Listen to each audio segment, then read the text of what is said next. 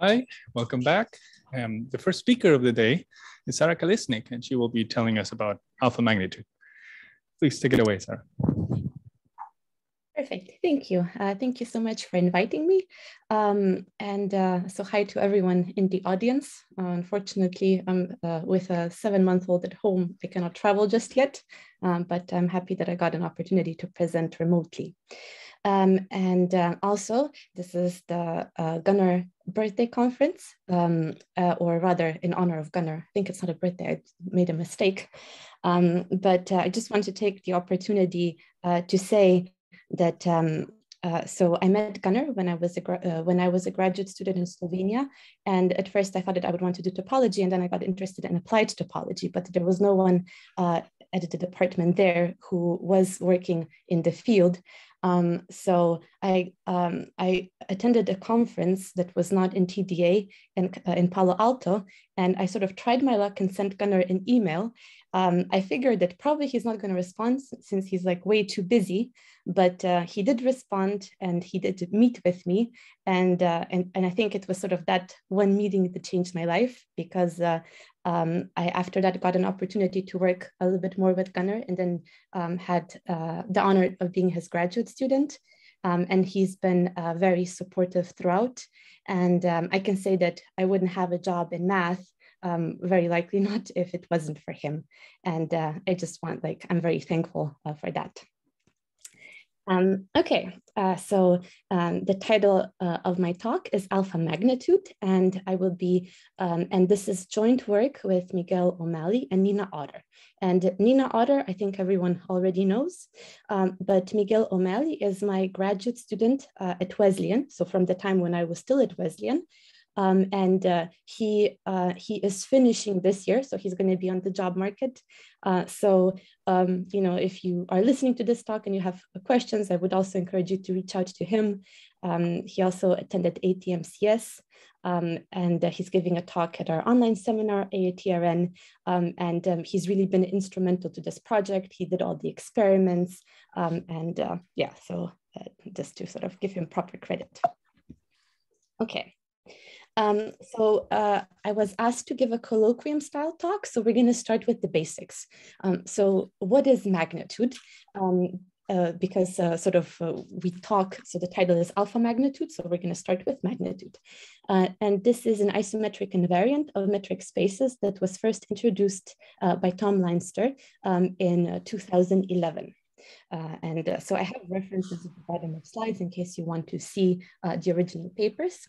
And I will elaborate on this. I'm going to give a couple of examples, but you can think of magnitude measuring the effective number of points in a metric space. Interestingly, the main idea appeared already beforehand in a biology paper, before Leinster took it and defined it more generally for enriched categories, but then with the TDA community, it was focused mostly on finite metric spaces and metric spaces. It's also been shown to encode invariants such as curvature, volume, and dimension. I would recommend to everyone who wants to learn more about the topic to take a look at the survey paper by Tom Leinster and Mark Meckes, The Magnitude of a Metric Space from Category Theory to Geometric Measure Theory, because basically it does a very good job with explaining the foundations, as well as proves these statements, how magnitude relates to other invariants. So now to define magnitude, we're first going to define the distance matrix. Just one second.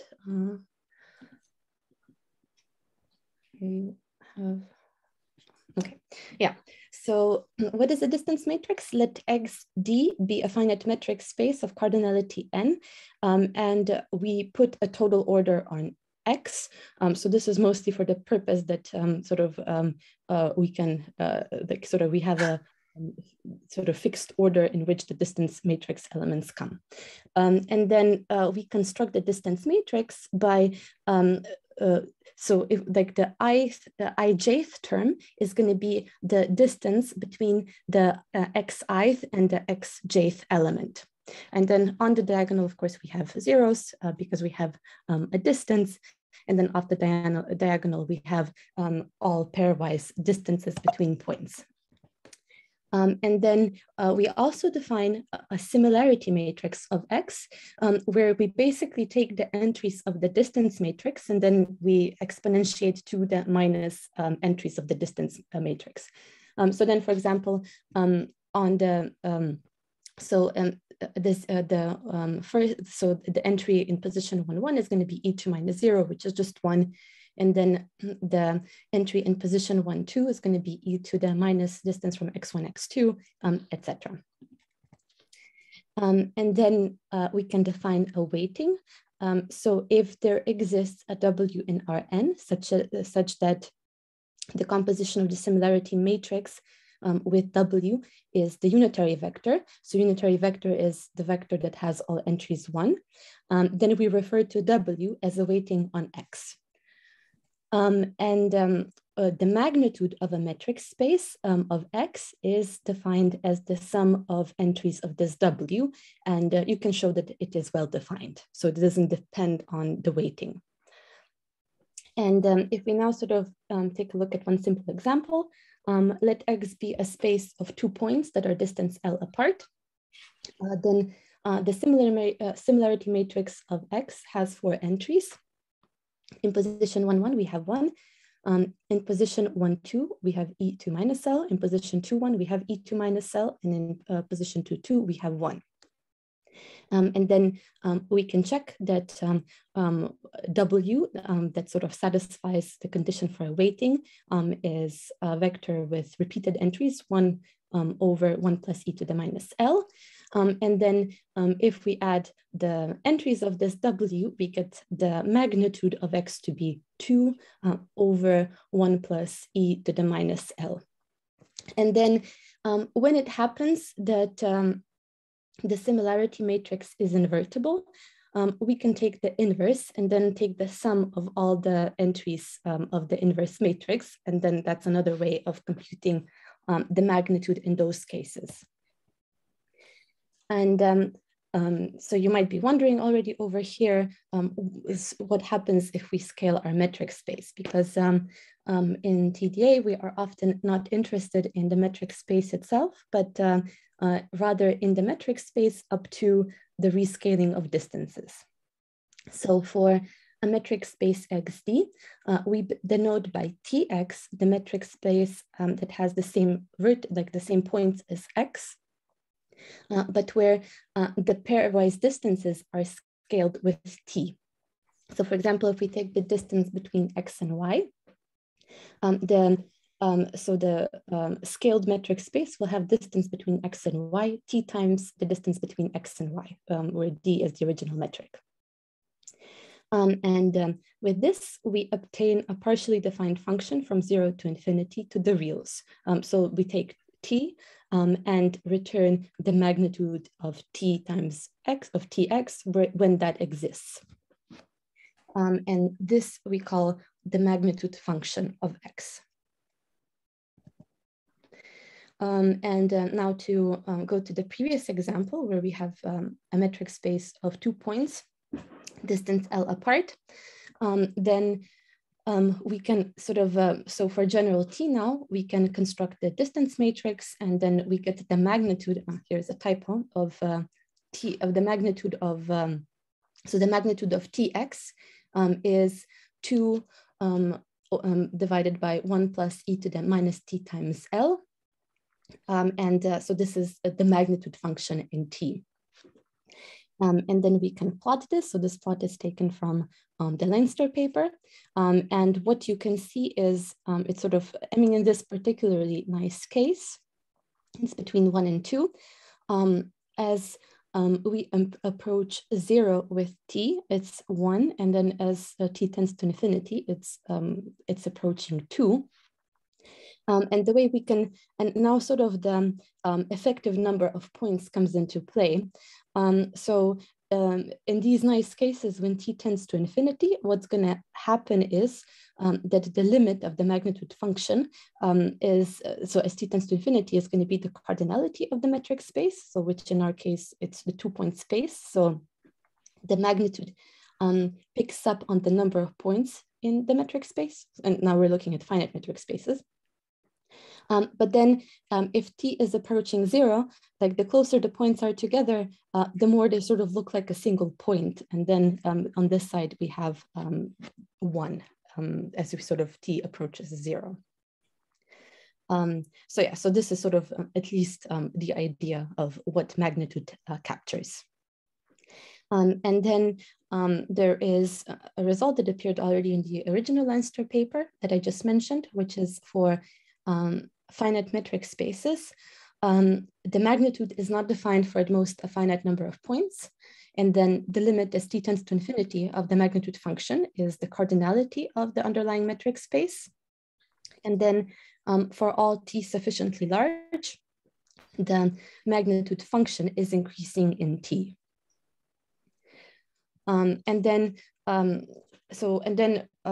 So for example, if you have metric spaces that have like 4 points or less, then basically the magnitude is very well defined, and you know, like it doesn't happen that it would not be defined, like it's always defined. But then when we hit 5, so for the cardinality of a metric space, then bad things start happening, and in particular, K32 equipped with the shortest path metric is one space for which things go really bad. So on the left-hand side, you can see the picture. And then on the right-hand side, we have the similarity matrix for t times K32. And then from this, we can compute the magnitude of t times K32 and get the magnitude function. So this is also an example from the original paper by Leinster.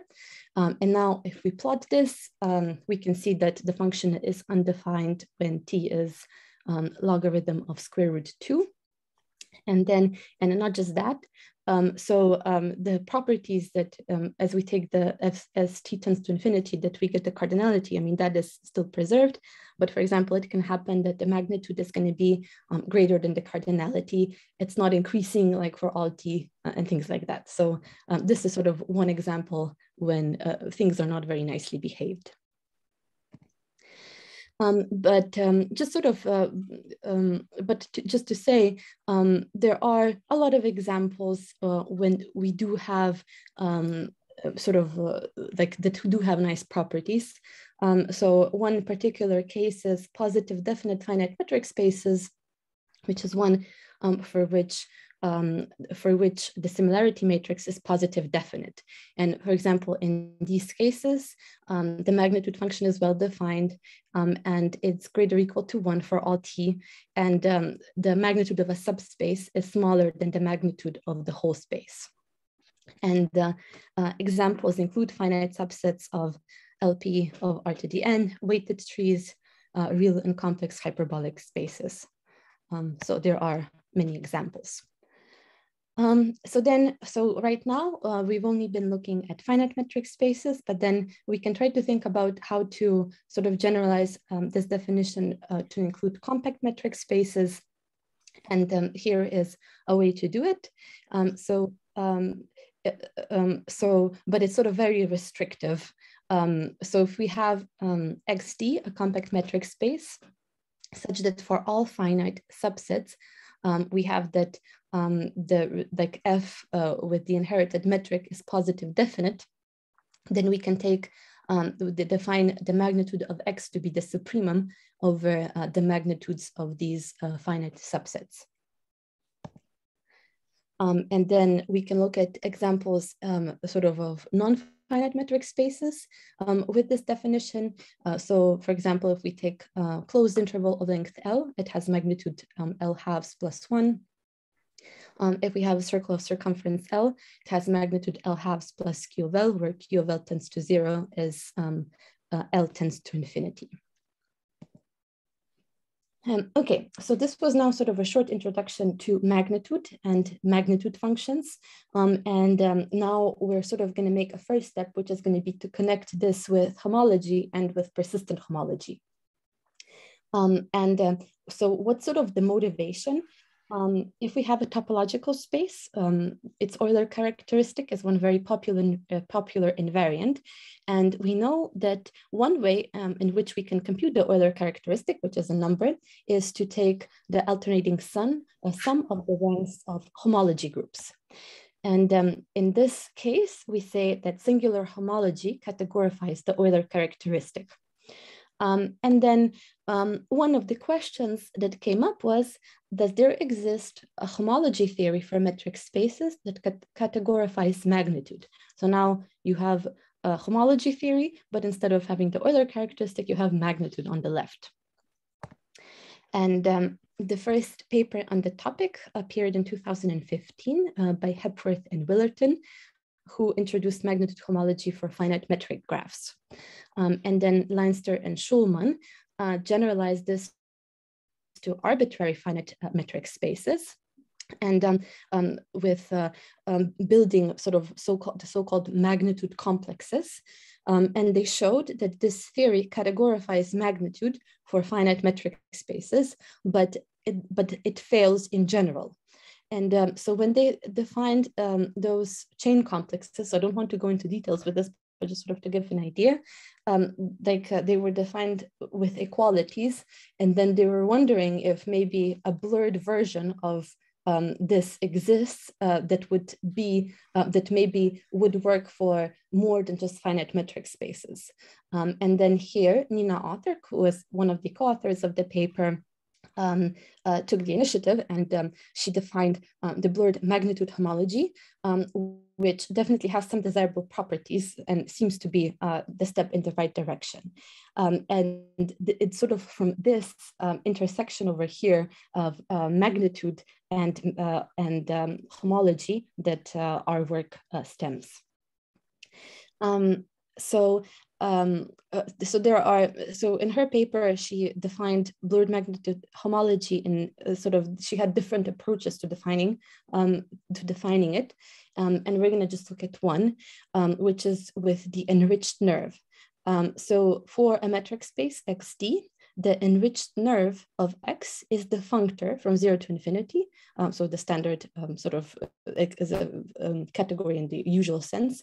To the simplicial sets is such that for any epsilon, the simplicial set nx of epsilon has a set of simplices given by, we have an n+1 tuple for an n simplex, where each xi is an x, and the sum of the consecutive distances is less or equal to epsilon. This doesn't, And then we also have the natural degeneracy and phase maps for this construction, and we have the maps of the inclusions, basically from taking, including the nerve at epsilon to the one for epsilon prime. And blurred magnitude homology is the persistence of this enriched nerve. And then Goetz and Hepworth were sort of looking at how blurred magnitude homology relates to homology, and they prove that you can retrieve the magnitude of the magnitude function of X as follows. So, so here we have the magnitude, and then we have double sum. So basically we have homology groups in different degrees. So from 0, 1, 2, and then in degree K, the barcode is AKI, BKI. So AKI is the birth time and BKI is the death time. And in degree K, we have MK of these bars. And then, what we do is we sum over degrees first. So for degree 0, we take all the bars, and then for each bar, we construct e to the minus birth time times t minus e to the minus death times times t. And so in the case when k is 0, we just sum up all of these together. But then when we get to k as 1, we subtract like these type of terms. This relationship inspired the definition of Rip's magnitude, which I will get to in the 2 slides, because the question sort of what looked like after seeing this was, well, if you have this persistent homology of the enriched nerve and the connection to magnitude, what you can do is when you have finitely presented persistence modules, you could define similar types of invariance by constructing these double sums. And so this is sort of the first thing that they look at. They define persistent magnitude and persistent magnitude function. So now we have a finitely presented persistence module. So we do have a restriction because we want our persistence module to have a barcode. We have the same notation as earlier. So in degree k, the barcode is given by intervals AKI, BKI, where k is the degree, and then we have MK bars in degree k. And then they define the persistent magnitude of M to be the real number, which is now again the double sum over degrees and then over all intervals, minus 1 to the k, e to minus the birth time of the ith bar in degree k, minus e to minus death time of the ith bar in degree k. And then if you now scale the M, then you get the persistent magnitude function, which takes t and returns the magnitude of t times m. And that actually turns out to be just e to minus AKI t minus e to minus BKI t. Okay, so then, and then of course, so once we have this, then we can go back to finite metric spaces, and we can think of all the different ways in which we've been assigning barcodes to finite metric spaces. And one of the most popular ways is with Rip's magnitude, with Rip's complexes to get filtrations. So then what they do is they define the Rip's magnitude to be the persistent magnitude of the persistent homology of X with respect to the Vietoris Rip's complex. Similarly, the Rip's magnitude function is the function that takes t, and then it returns the Rip's magnitude of the scaled metric space Tx. Okay, so and this is sort of where we stepped in too. So namely, so with Rip's magnitude, like when you take a metric space, like even in Rn, like you still have sort of, when you do the filtration, you have full simplices on the number of points of a metric space, whereas like with alpha complexes in Euclidean spaces, you are sort of bound by the dimension of the ambient space. So what we looked at was we looked at a particular case of this persistent magnitude, namely when we create the filtrations using alpha complexes.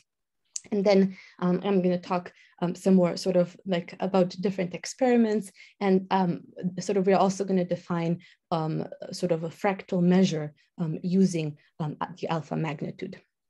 But let's start with the definition. So again, we have a finite metric subspace of Euclidean space. So now it's Euclidean space. And then the alpha magnitude of XD is the persistent magnitude of the persistent homology of X with respect to the alpha complex. And then if we scale our metric space by T and then take the alpha magnitude of the scaled spaces, then we get the alpha magnitude function. And then we can sort of define, extend this definition to compact subsets of Rn in a sort of natural way, which is the alpha magnitude is the limit over all finite subsets of X of the alpha magnitudes of A.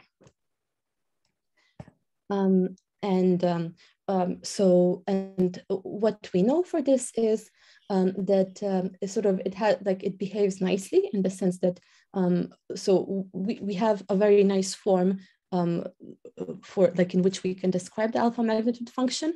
It's again the double sum from earlier from persistent magnitude function, but now note that because we are looking at subspaces of our n, the degree, so it doesn't go from 0 to infinity, but it goes to from 0 to n, which is the dimension of the ambient space.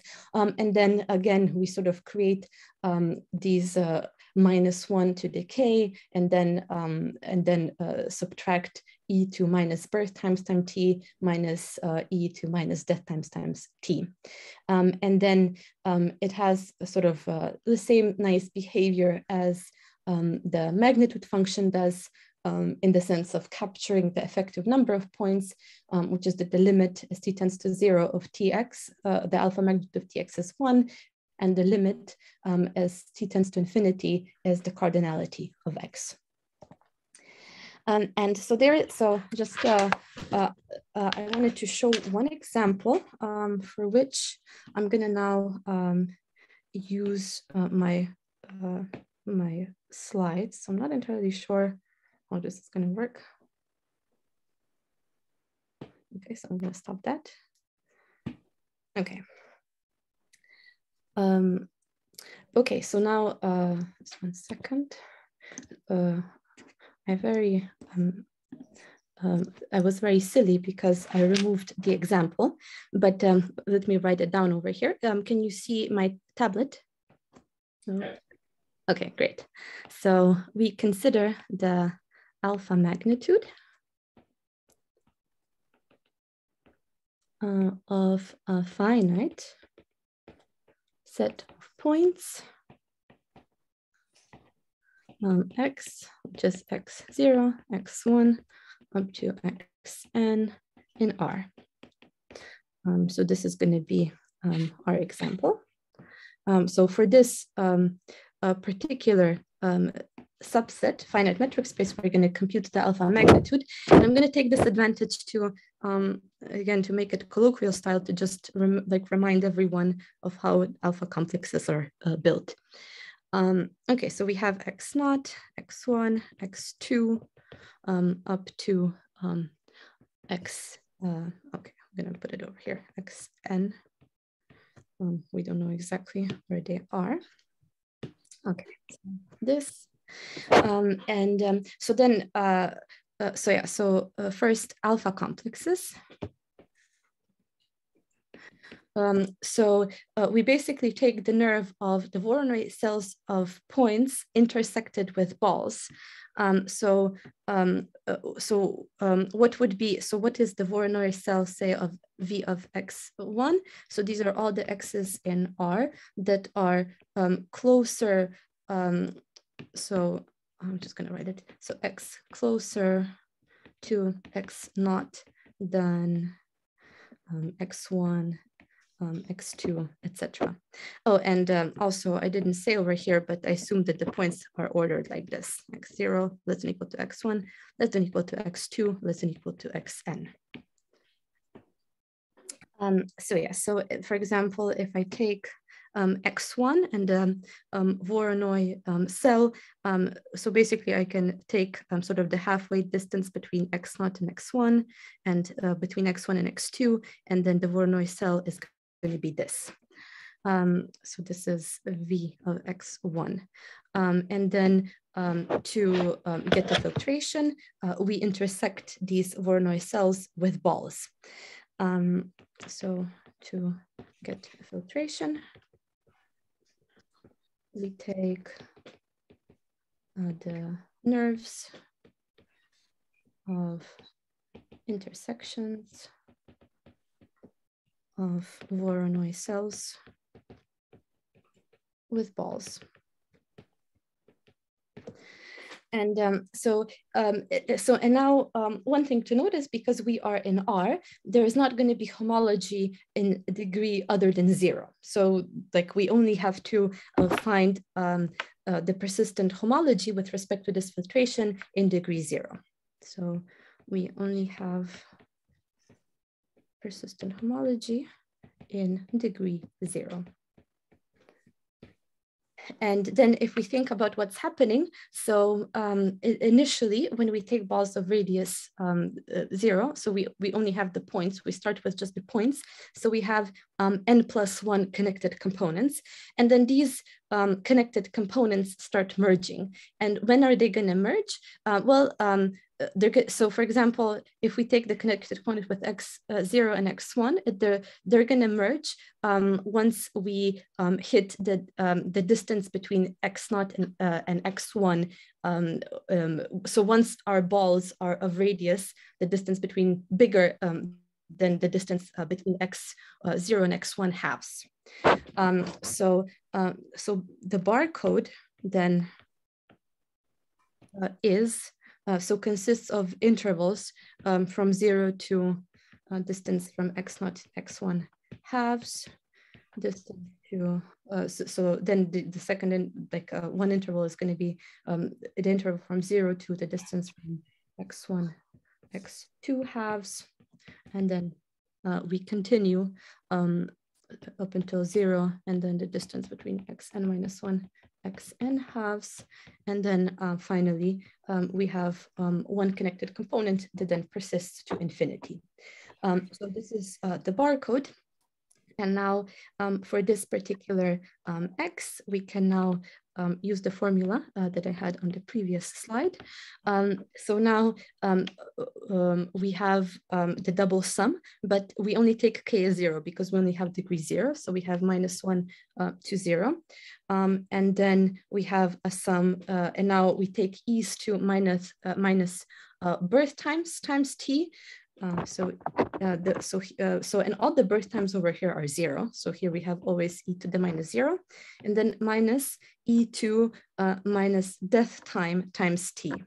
So for the first barcode, it's going to be dx not x1 halves t, and then plus e to -0 minus e to minus x1 x2 halves times t. And then we continue up until e -0 minus e to minus d xn -1 xn halves times t, and then plus, and then the convention is that e to minus infinity is 0. So now if we, so this is just 1 over here, and now these sum up together to n+1, and then we subtract from that the sum from I0 to n-1, e to minus distance xi plus 1 halves times t.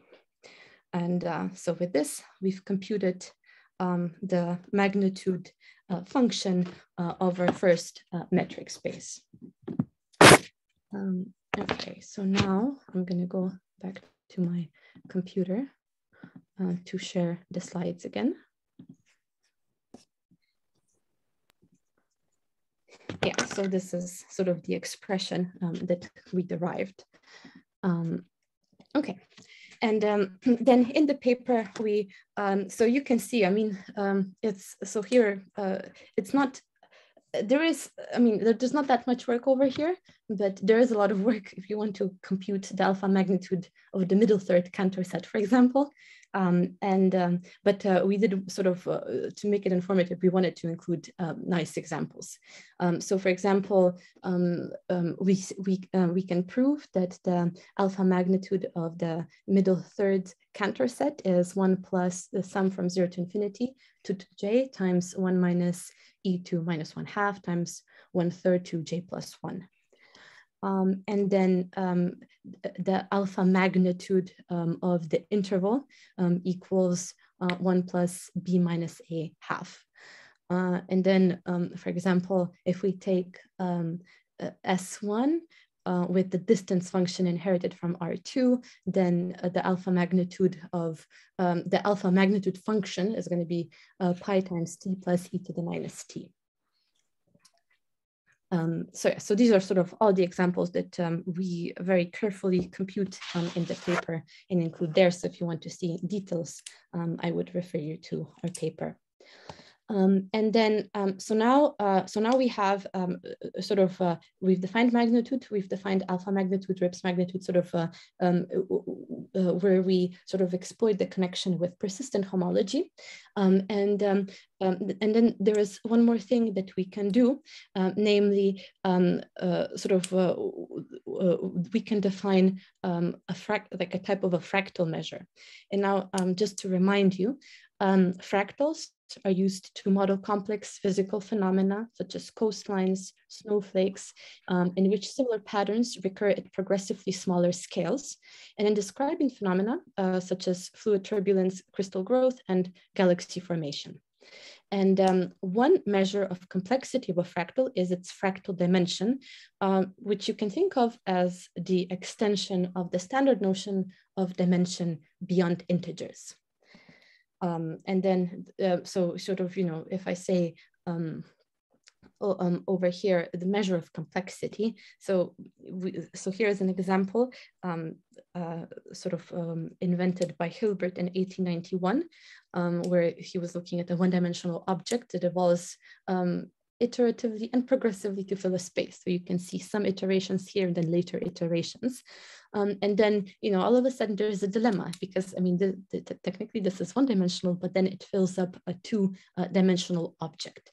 And then and then the question is, how would one define a dimension of such a space? And then we sort of get we get numbers that sort of we have different ways of doing it. What you end up is with numbers that are not integers necessarily. And here is the Koch snowflake, which is also another classical fractal described by Koch, and that's where the name is from, in 1904. So I'm going to mention just one type of a fractal dimension in addition to the one that we look at, namely the Minkowski dimension. So what's the idea with the Minkowski dimension? So here, like we have, so think of, have a picture with three examples. So one is a line segment, one is a square, and one is a cube. And let's make it all like a line segment of length 1, square of 1 by 1, and a 1 by 1 by 1 cube. And then the question is, for example, if we use epsilon times epsilon cubes first to cover the 1 by 1 by 1 cube, how many will we need? Well, we're going to need exactly 1 over epsilon cubed. And then for the square, we're going to need 1 over epsilon square. And then for the line segment, we're going to need 1 over epsilon of such cubes. And what we can notice is that the dimension, the exponent here is the same as the dimension of the thing that we're trying to cover. I mean, at least intuitively, we would say that, cube is 3-dimensional, square 2, and line segment 1. So then the idea with the Minkowski dimension is that we basically express this exponent and then take an appropriate limit. So then let epsilon be greater than 0, and then we denote by n of x epsilon the minimum number of closed balls of radius epsilon needed to cover x. And then we say that the Minkowski dimension, so this is also called the box counting dimension because of the previous slides. So of x exists if the following limit exists. So this is the limit as epsilon tends to 0 of log of n of x epsilon divided by log of 1 over epsilon. And then this is more restrictive, but then one can also define upper and lower Minkowski dimensions. And then of course, when they exist and agree, then we have the Minkowski dimension. So then Mekas in his paper, Magnitude, Diversity, Capacities, and Dimensions of Metric Spaces, defined the magnitude dimension. So the definition is, if we have x, then we take the limit as t tends to infinity of log of tx, so the log of the magnitude of tx divided by log of t. And then also one can sort of in a similar manner define upper and lower magnitude dimensions by taking a lim sup or lim inf. And Mekas proved in the same paper that there is a relationship between Minkowski and magnitude dimension. So for a compact X, when these dimensions exist, they are equal. And this was sort of one of the motivations for defining the alpha magnitude. Because and sort of I will sort of explain sort of how, in what way. So if we have, so what is the alpha magnitude dimension? If we have a metric space, then the alpha magnitude dimension is defined sort of in a similar way to the magnitude dimension, but now it's a limit of the alpha magnitude of tx divided by log t as t tends to infinity whenever this limit exists. And the important, oh, sorry, yeah, it's, I'm gonna just skip 2 slides and go here. And the important bit over here is that we suspect, so we conjecture that for a compact set, when alpha magnitude exists, then this equals the Minkowski dimension, which would be really great because alpha magnitude is, so computationally, it's much easier to compute than say the magnitude dimension. So then we could use that sort of to estimate Minkowski dimension. That was the idea. And I just want to sort of say that the like using persistent homology to define fractal measures is not a new thing. So for example, it already appears in the work, so first by McPherson and Schweinhardt with the concept of a persistent homology dimension, and then with like Henry Adams and his group at Colorado State, he also defines a family of fractal dimensions using persistent homology. And there are certainly more papers, but this is just sort of 2 of them that I'm pointing out. Okay, so now, so yeah, so sort of the conjecture is that this would also be the same as the Minkowski dimension. And for all the examples that we computed, that was the case. So sort of, and so we're just going to walk you through some of them. So if we have X, which is a finite set, so we know that so the alpha magnitude is less than or equal to the number, the cardinality. So for big enough t, and then so then the limit as t tends to infinity of log of the alpha magnitude of tx divided by log of t is 0. So the alpha magnitude dimension of x when we have a finite subset of Rd is 0. And then using the formula from earlier for the unit, the alpha magnitude function for the unit interval, which is 1 plus t halves, we can compute that the limit that the alpha magnitude dimension is 1. So, and then finally, with some more work, the alpha of the middle thirds Cantor set is log 2 divided by log 3. So these are sort of some computational examples. And then we also estimated, so like we redid this, so there is code available that Miguel wrote up and he has link to all like on it, for, like on GitHub on his webpage. So then the second part was actually estimating from samples, which can be as big as several million. Like, you know, as opposed to say magnitudes where at least when he was doing experiments, he said that, like, you know, it stopped with around 30,000 points.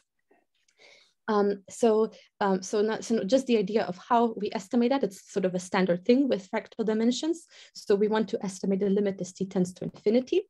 The way we do it is So we assume that we have a sample that is approaching X in the Hausdorff metric. And then what we are really estimating is the limit as t tends to infinity, limit as n tends to infinity of this log txn of the alpha magnitude of txn divided by log t. And then when n is sufficiently large, the difference between the alpha magnitude function of the alpha magnitude of txn and txn minus 1 is very small. So for us, very small was 10 to the minus 5. So then what you can do is you can take the alpha magnitude of txn and consider that to be representative of tx.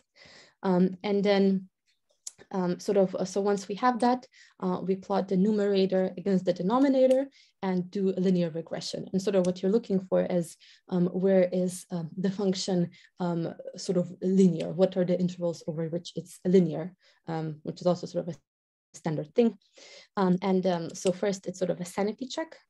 If we take the Cantor set, so here we have a plot for a sample of 5 times 10 to the 5 points sampled from the Cantor set at depth level 100. And then, the slope was estimated. So that's our dimension, like alpha dimension estimate is computed over this interval over here, like determined by these 2 dashed lines.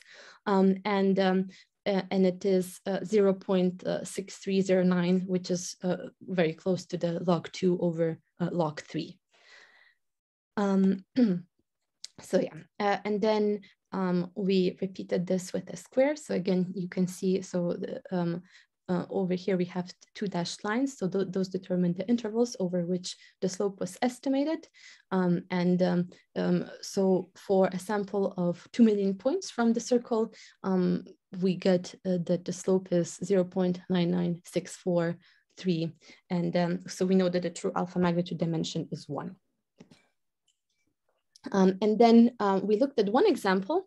So this would be sort of as a proposal for, what one can do with this to estimate the alpha magnitude dimension of the Feigenbaum attractor. And this is sort of an example of a set for which there are some estimates, but like, for example, there's no estimate for the Minkowski dimension. So then if you have like sets for which you don't know how to compute the Minkowski dimension, sort of using that conjecture, you can use the alpha magnitude dimension. So then just to remind us, what is the Feigenbaum attractor? So this is a subset of the reals generated by the recursive function, so given by the formula. The n plus first term of the sequence is a times the nth term times 1 minus the nth term. And a is approximately 3.56995 in the example that we looked at. So over here is the red dot. And I guess it looks, Feigenbaum means a fig tree, and it looks kind of like a fig tree. So that's where the name comes from. The equation itself is called the logistic map, and it describes the growth of a population. So as I said, so like there are no estimates for the Minkowski dimension, and all the in the paper, there is a paper by Grasberger, Generalized Dimensions of Strange Attractors from 1983 already, and and all the dimensions that are computed over there are approximately 1/2. So over here and here, I didn't talk about these dimensions, so I'm not gonna mention them specifically, but just say that all the estimates seem to be around 1/2. And so here is our example. The slope is computed over this interval, and the estimate is that it's 0.497894. I think the sample is 2 million points in this particular case. So then to summarize sort of what our contribution was, so we introduce a new invariant of metric spaces called alpha magnitude, which has the advantage of being easily computed for medium-sized data sets, as sort of some of these examples show. We compute alpha magnitude for several compact subsets of Euclidean space and conjecture that it encodes the Minkowski dimension of compact subsets when it is defined. basically, we propose that one can use the alpha magnitude dimension to estimate fractal dimension of data sets that exhibit self-similar properties. And this is sort of the direction in which we want to go on from now. And I want to thank you again for your attention, and I'll be happy to answer some questions if there's time for them.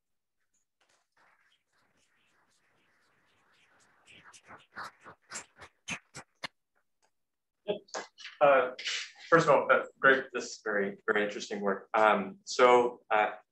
One question, I guess, is so you mentioned earlier that this alpha magnitude not only I guess encodes like the size of your metric space, but also you said the curvature and some other interesting geometric invariants. Is that forthcoming work, or did I miss that?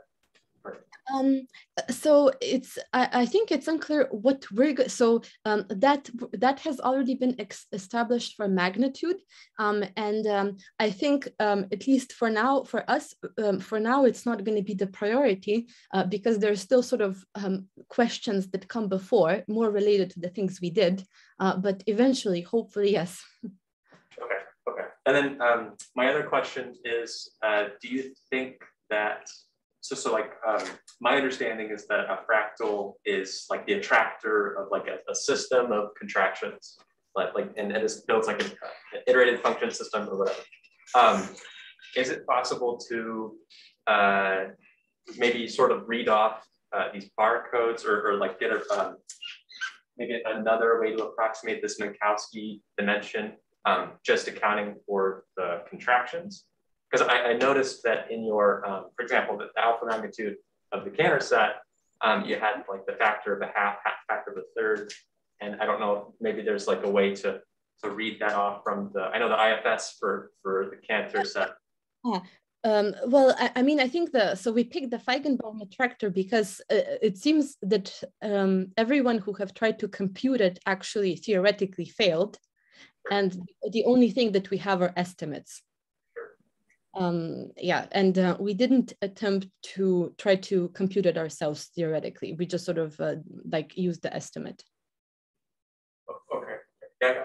Sorry. So I guess my question is, instead of working with a set of points, could you work with a set of functions that generate those points to give you another way to approximate this complex dimension of a fractal? I guess so. That's a very good question, but we haven't thought of it just yet. So I would have to think about it more. Thank you. Thank you. Question? Questions? Okay, let's thank our speaker again.